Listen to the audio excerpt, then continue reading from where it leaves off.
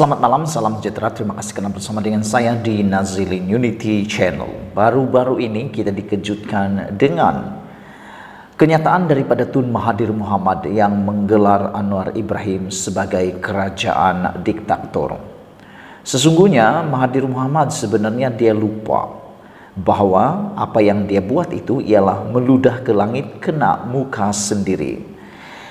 Sebelum kita teruskan ulasan ini, kita lihat dulu asal-usul daripada ulasan ini. Mahathir menuduh kerajaan Anwar adalah kerajaan diktator.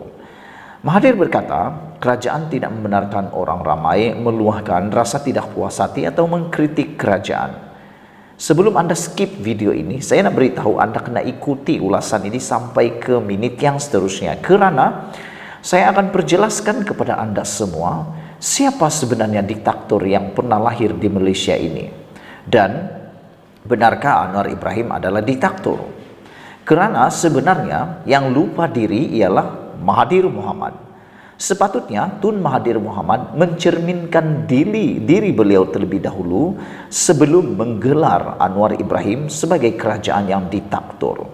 Ada beberapa pendedahan, ada beberapa bukti yang akan menunjukkan bahwa siapa sebenarnya diktator. Saudara-saudara sekalian, apa yang Mahathir nyatakan pada beberapa hari ini menjadi satu tanda tanya yang besar.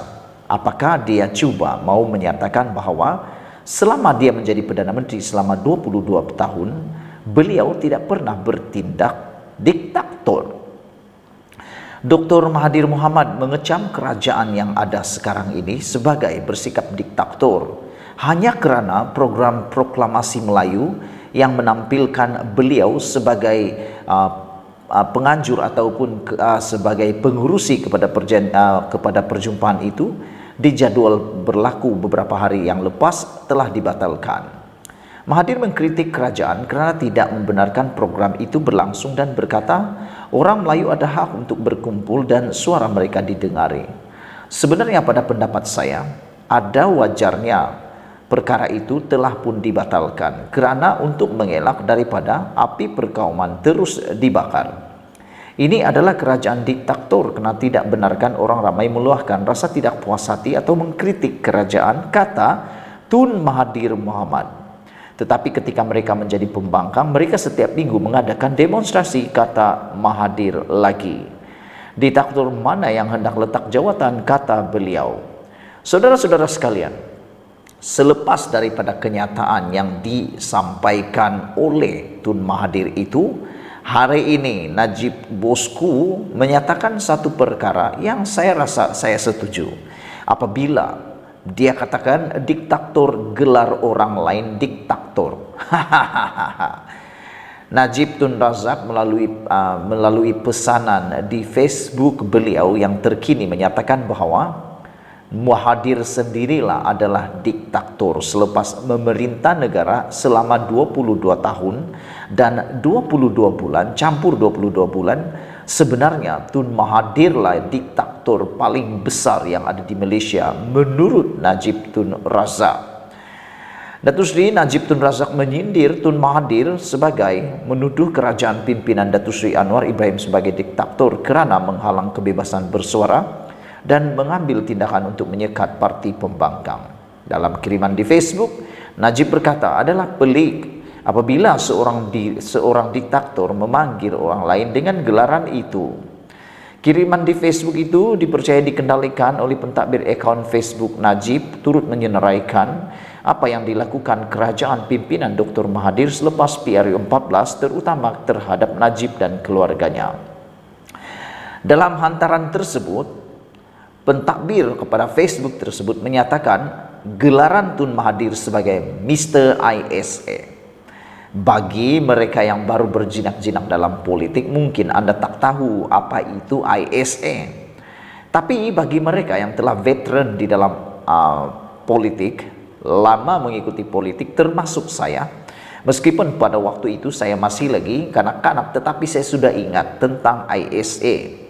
Yang mana ISA adalah satu undang-undang yang boleh menangkap sesiapa sahaja termasuk pengkritik kepada kerajaan tanpa dibicarakan, tanpa perlu reman boleh ditangkap dan akan dilepaskan selepas beberapa waktu yang ditentukan. Menurut hantaran Facebook Najib, Mr. ISA gelar orang lain diktator. Kata Najib merujuk kepada cara pentadbiran Dr. Mahathir ketika kali pertama menjadi Perdana Menteri selama 22 tahun, apabila ketika itu ramai pemimpin pembangkang ditahan di bawah Akta Keselamatan Dalam Negeri ISA, terutama menerusi Ops Lalang. Berikut adalah kenyataan Najib dalam kiriman itu. Sekat dia dan keluarganya dari keluar negara sebelum ada apa-apa dakwaan. Letak roadblock kat depan lorong ke rumah dia. Tunggu sampai malam sebelum Ramadan. Suruh media datang, saksikan dan buat live coverage. Geredah rumahnya untuk beberapa hari. Tukar peguam negara, tukar ketua MSCC, tukar ketua hakim negara, tukar Gubernur Bank Negara Malaysia, tukar ketua polis. Lepas itu beku semua akaun-akaun bank dia dan keluarga dia termasuk cucu cicit. Beku juga akaun-akaun bank parti dia. Fail saman lucut hak ke atas harta-hartanya dan rampas dulu bicara kemudian, kata admin kepada Facebook Najib itu. Kenakan dia, semua ahli-ahli keluarga dia dan peguam-peguam dia dengan berpuluh-puluh tuduhan tak masuk akal termasuk tuntutan LHDN. Jika dia ambil cuti MC sehari, tahan doktor dia untuk disoal siasat. Buat seperti apa yang Mahathir pernah buat pada Najib dan keluarganya, baru layak digelar diktator. Tulis admin Facebook Najib Tun Razak. Dalam kiriman terbaru di Facebook Najib, pentadbir akaun itu menyebut, tak tunggu lama selepas PRU 14, polis di bawah kerajaan Mahathir dan Muhyiddin sebagai Menteri Keselamatan Dalam Negeri sekat dan cek siapa yang keluar masuk ke rumah Najib. Pondok sementara diletakkan di jalan masuk lorong ke rumah Najib yang terletak di ujung lorong. Bukannya untuk jaga keselamatan, tetapi siapa yang boleh keluar masuk. Semua pelawat yang masuk atau keluar lorong tersebut perlu serah my card untuk daftar dengan polis. Keadaan ini diteruskan bagi tempoh sekitar sebulan. Tujuannya ialah untuk tidak menggalakkan kawan-kawan dan saudaranya untuk melawat Najib ketika itu. Pada masa itu semua takut untuk datang jumpa Najib, tulis admin Facebook Najib. Saudara-saudara sekalian, pada pendapat Anda, siapa sebenarnya diktator? Karena mengikut pengetahuan saya tentang politik di Malaysia, ketika era Mahathir Mohamad, adanya ISA menyebabkan ramai orang takut untuk bersuara. Pada waktu itu juga, seperti yang didedahkan dalam pendedahan ini, media juga dihalang ataupun media juga pada waktu itu dipilih. Apa yang disampaikan melalui kaca televisyen akan dipilih. Dan yang lebih teruk lagi ialah sesiapa yang cuba mengkritik atau sesiapa yang cuba menentang kerajaan pada waktu itu, terutamanya pemimpin pembangkang, akan ditahan di bawah Akta Keselamatan Dalam Negeri ISA, terutama menerusi Ops Lalang. Sekarang Anda sudah tahu siapa sebenarnya diktator. Sekian dulu untuk kali ini. Jangan lupa tinggalkan komen Anda, share video ini. Kita jumpa lagi. Bye-bye.